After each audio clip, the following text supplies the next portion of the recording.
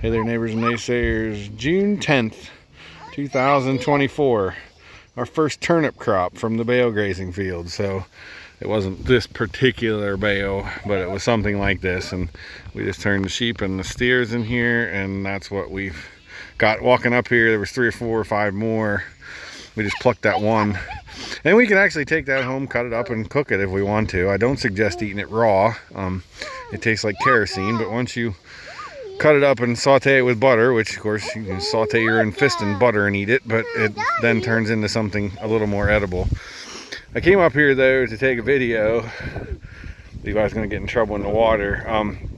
This is the back of the farm, so this is the last few pieces we were gonna bale graze. Some of them did get bale grazed, but then a lot of it didn't. So there's a lot of things to talk about here. One, this is very steep, so it's like almost 30% slope. You can't really see that with the camera, but and in grazing, you know, I've learned always put these fences at the top of the hill and put the steep parts together and the flatter parts together, because this happens, and I'll walk down across here and show you. You can see how they have really overgrazed this. But then as you look down across here, the steepest of parts they didn't touch, or they did, but they didn't graze it like they did this. And that's because it's more level up here than it is down there. And so they graze it a whole lot harder because this is where they want to stay. They don't want to be down there on that steep part. So we kind of force them back here and make them graze this piece, because this, for years I didn't even graze back here because it was just so steep and it was so useless because there was no water. But now that I got water back here, I can graze it. It's still kind of weedy and still kind of crappy, but it's what we do. But I guess the other thing I wanted to talk about while I was here was I'm probably gonna lose some people here, and that's fine.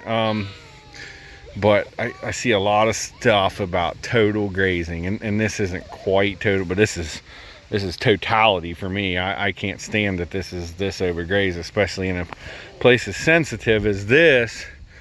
But this is what I would consider overgrazed, and I know there are people who follow that total grazing mentality, and oh, you can graze it down and you just wait until you come back, and you can. I'm not saying it's wrong. I'm just saying it's not always right either.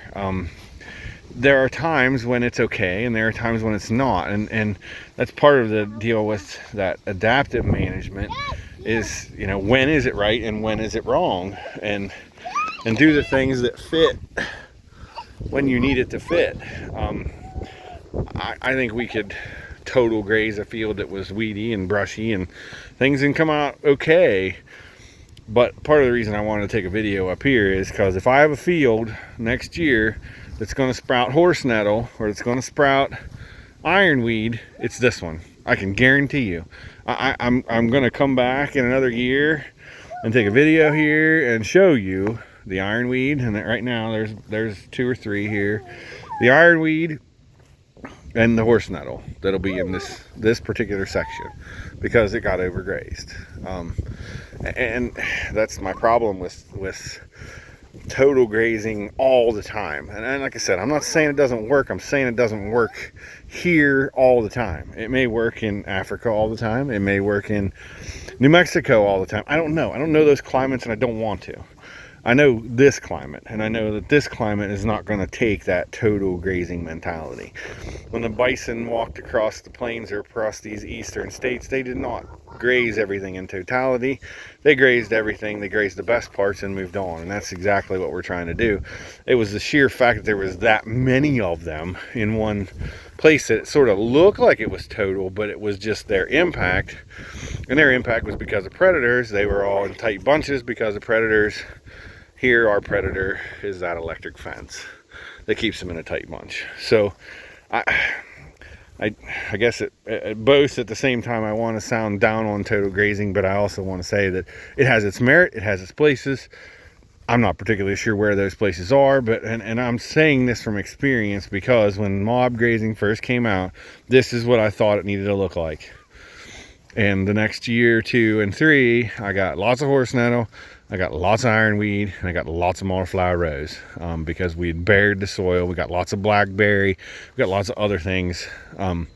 We just simply can't do this in this wet climate and this non-brittle climate and think that it's not going to come back with annual weeds in a very, and some perennial weeds in a very quick fashion. Now, to add to that, horse nettle, ironweed, I don't have a prescription for. Ironweed I don't worry about because it doesn't take up that much sunlight, one, and it's very deep rooted, so that's fine. It can pull up nutrients from down below. Horse nettle I hate. I really don't have any. I say that I probably lose a lamb a year to horse nettle. But one thing I have found, and I mean, I have thought about spraying it because we had it so bad in places. But what I found is just treat it right, treat the field right, give it a year or two. And as long as you did it right and you didn't overgraze it the next time, it's going to go away and it's not going to be a problem. So that's my thing with that. Yes, it's poisonous, but you know my take on poisonous weeds. As long as they aren't starving, they're going to get it anyway. So I think the lambs that I've lost is more from them getting a sticker from that horse nettle and then getting tetanus than it was from actually eating the poisonous plant. In fact, I'm sure of it. So that's my take, I guess, take on total grazing, take on overgrazing, but also I guess there's a nugget in there is I always try to graze these steep fields together. If I had given them this and where they're at today, they never would have stepped foot on this, and they just spent their whole day up there, and then that whole field would look like this. So I'm okay with having this little strip that looks like that. With that, I'll say see you next time.